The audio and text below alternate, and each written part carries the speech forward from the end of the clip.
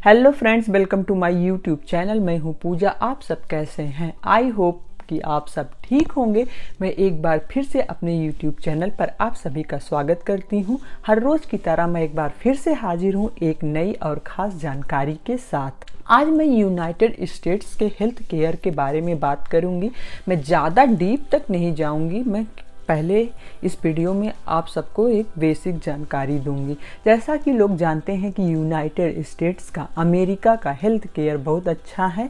Yes, अच्छा है, but जितना अच्छा है उतना ही महंगा है।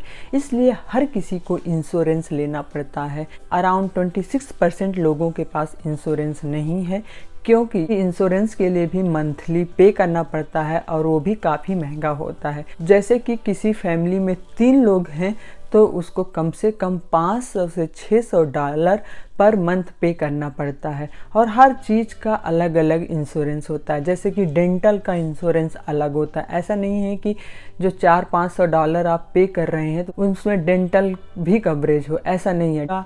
विजन का मतलब आई के लिए अगर कोई प्रॉब्लम होती है उसका इंश्योरेंस आपको अलग लेना पड़ेगा। और नॉर्मल इंश्योरेंस जो $400-500 मैं बता रही हूँ वो है जैसे हॉस्पिटल में कोई एडमिट हो रहा है, या डॉक्टर से सर्दी जुकाम, या यूरोलॉजिस्ट या डर्मेटोलॉजिस्ट, इन सब से मिलना है, उसका इंश्योरेंस अलग होता है।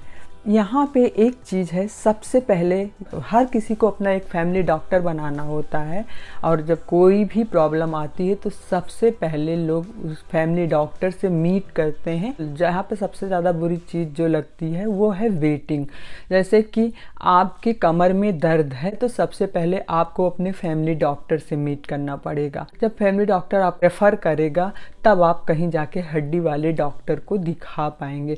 और उसके लिए भी काफ़ी लंबा वेट लिस्ट होता है। 10 दिन 15 दिन ऐसे लोगों को वेट करना पड़ता है। तो कई लोगों के मन में ये सवाल उठ रहा होगा कि जिसको बहुत ज़्यादा अगर प्रॉब्लम आ गई है तब वो क्या करे, ऐसे 10-15 दिन तक वेट करता रहे? जी नहीं, उसके लिए अर्जेंट केयर होता है। अर्जेंट केयर में भी आप जाके दिखा सकते हैं। अर्जेंट केयर की फ़ीस और भी ज़्यादा बढ़ जाती है। जैसे किसी को इतनी प्रॉब्लम आ गई है कि उसको हॉस्पिटल में एडमिट ही होना है तो लोगों को 911 पर कॉल करना पड़ता है। और मैं आपको एक चीज़ बताना चाहती हूँ, जैसे कि इंडिया में किसी भी डॉक्टर के पास जाना चाह रहे हैं तो उस डॉक्टर से मीट करने से पहले आपको फीस जमा करनी पड़ती है। यहाँ पे ऐसा नहीं है, क्योंकि जब आप हॉस्पिटल में पहली बार, जैसे कि आप अपना फैमिली डॉक्टर बना रहे हैं, तो उस टाइम आपको अपने इंश्योरेंस की सारी डिटेल देनी पड़ती है, घर का एड्रेस देना पड़ता है।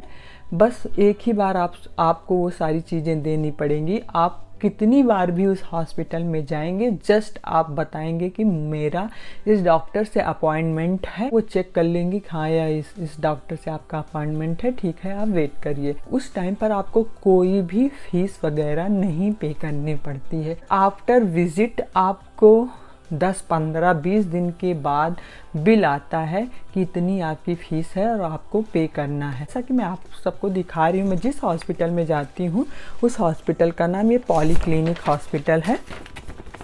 और ये वहाँ से आया हुआ बिल है। ये बिल मुझे 10-15 दिन के बाद आया। और कितना है, मैं फ़ोन करके अपने बिल को पे कर सकती हूँ और ऑनलाइन अकाउंट बनाकर मैं बिल पे कर सकती हूँ। बिल कितना आया था मेरा? $313 मेरा बिल आया था।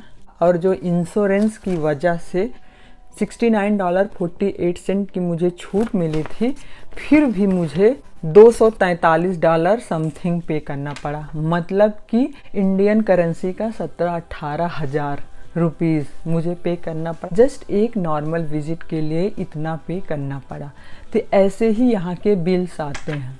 ये एक अच्छी बात होती है कि आपको पैसा पहले नहीं पे करना पड़ता। जैसे कि इंडिया में किसी को कितनी भी इमरजेंसी होती है, उसको हॉस्पिटल में एडमिट कराना होता है, तो सबसे पहले क्या करते हैं कि पैसा जमा करवा लेते हैं, उसके बाद ही मरीज का इलाज स्टार्ट करते हैं। लेकिन यहाँ ऐसा नहीं है।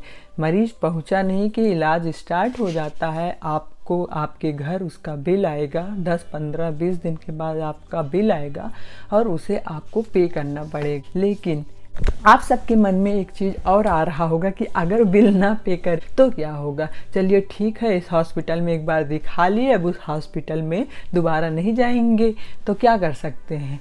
जी नहीं, क्योंकि आपके इंश्योरेंस की पूरी डिटेल, आपके घर का एड्रेस, आपका फ़ोन नंबर, हर डिटेल उनके पास होती है। वो लोग बिल भेजते हैं। अगर किसी को वो बिल जमा करने में एक आध महीने लेट होता है तो उसको दूसरी नोटिस भी भेजते हैं कि आपका इतना अमाउंट आया है, पे करो। अगर कोई बिल नहीं जमा कर पाता है तो कलेक्शन एजेंसी को उसके घर भेजते हैं। साथ में शायद फाइन, कुछ जुर्माना होता होगा, मतलब पुलिस वगैरह आती होगी। इसलिए लोगों को बिल जमा ही करना पड़ता है, लोग भाग नहीं सकते हैं। यहाँ पे कुछ चीज़ें यहाँ पे बिल्कुल नई सी दिखती हैं, उसका अनुभव ही अलग होता है। जैसा कि जो इंडिया में था उसके बिल्कुल विपरीत यहाँ पे होता है। इसलिए मैं वो सारी चीज़ें आप लोगों को बताना चाहती हूँ कि इंडिया में अगर आप किसी भी डॉक्टर से मिलने जाते हैं तो डॉक्टर का एक ऑफिस होता है, लोग बाहर वेट करते रहते हैं और उसके बाद 1 बाय 1 करके लोग उसमें जाके दिखाते हैं। यहाँ पे ऐसा नहीं है कि जिस रूम में डॉक्टर बैठे हैं उसी रूम में आप जाके दिखाओगे, ऐसा नहीं है। आपको कॉल आती है, कोई भी एक रूम में बुला लेंगे कि आप इस रूम में चलिए, आपको नर्स कॉल करेगी। उसके बाद आपको क्या प्रॉब्लम है वो सब कुछ आपसे नोट करते हैं। नोट करने के बाद नर्स वगैरह बाहर चले जाते हैं, फिर बोलते हैं कि डॉक्टर किसी भी समय पे आएंगे।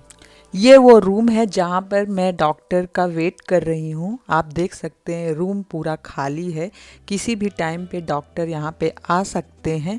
ये देखिए सब कुछ यहाँ पे रखा हुआ है, अब बस डॉक्टर आएंगे तब देखेंगे। इस रूम में मैं अकेली बैठी हूँ, अभी डॉक्टर नहीं है। मैं एक चीज़ और बताना चाहती हूँ कि बहुत सारे लोगों को लग रहा होगा कि इंश्योरेंस का बिल आप $400-500 पर मंथ पे कर रहे हैं और एक बार दिखाने जाते हैं तो जैसे कि 313 का बिल आया था और उसमें लगभग $70 का ही डिस्काउंट मिला, तो क्या फ़ायदा है, क्योंकि शुरुआत के $3000 आपको पे करने पड़ेंगे। अगर साल ख़त्म होने के पहले $3000 उसके ख़त्म हो जाते हैं, $3000 तक वो पे कर देता है, तो उसके ऊपर जो बिल आता है उसको जस्ट 10% देना पड़ता है। जैसा कि किसी का बिल $300 आया है तो उसको केवल $30 पे करना पड़ता है।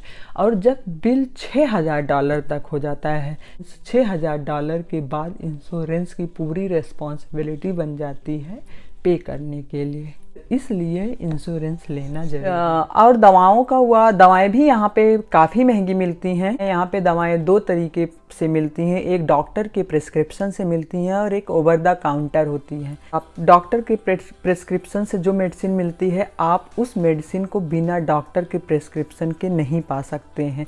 ओवर द काउंटर पे जैसे नॉर्मल सर्दी जुकाम की दवाएं हैं वो आप ओवर द काउंटर पा सकते हैं, लेकिन अगर आपको कोई एंटीबायोटिक लेना है तो उसके लिए आपको प्रिस्क्रिप्शन ज़रूरी होता है। डॉक्टर का प्रिस्क्रिप्शन भी काफ़ी अच्छा होता है। ऐसा नहीं है कि वो आपको एक पर्ची में लिख देते हैं कि ये दवा है, जाओ मेडिकल स्टोर पे दिखा दो, आपको मिल जाएगा, ऐसा नहीं है। जब आप हॉस्पिटल में दिखाने के लिए जाते हैं तो सबसे पहले उस टाइम पे डॉक्टर ये पूछ लेते हैं कि अगर मैं कोई मेडिसिन प्रेस्क्राइब करूँगी तो किस मेडिकल स्टोर पे आप वो मेडिसिन मंगाना चाहते हैं।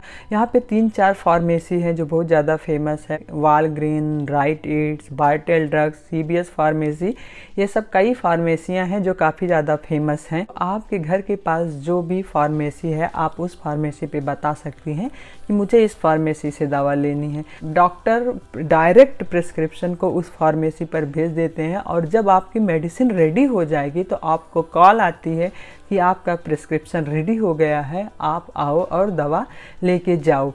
जो डॉक्टर मेडिसिन प्रेस्क्राइब करते हैं वो भी इंश्योरेंस के अंदर आता है, उसमें भी आपको कुछ छूट मिलती है। बट जो दवाएं आप ओवर द काउंटर लेते हैं उस पर कोई छूट नहीं होती। ठीक है, मैं अपनी वीडियो को यहीं पर समाप्त करती हूँ। मैं आपको इंश्योरेंस के बारे में डीप नॉलेज अपनी अगली वीडियो में दूंगी, क्योंकि कई सारी चीज़ें हैं यहाँ पे जो 65 ईयर से ज़्यादा के जो लोग होते हैं उनके लिए काफ़ी बेनिफिट्स भी है वो सारी चीज़ें मैं आपको अपनी अगली वीडियो में बताऊंगी। तो प्लीज़ मुझे कमेंट बॉक्स में कमेंट करके ज़रूर बताइएगा कि मेरी ये वीडियो आप सबको कितनी अच्छी लगी। और प्लीज़ लाइक करना मत भूलिएगा। अगर आप मेरे चैनल पर नए हैं तो सब्सक्राइब करना मत भूलिएगा। सब्सक्राइब की बटन ज़रूर प्रेस करिएगा। बाय बाय, धन्यवाद मेरी वीडियो को शुरू से लास्ट तक देखने के लिए।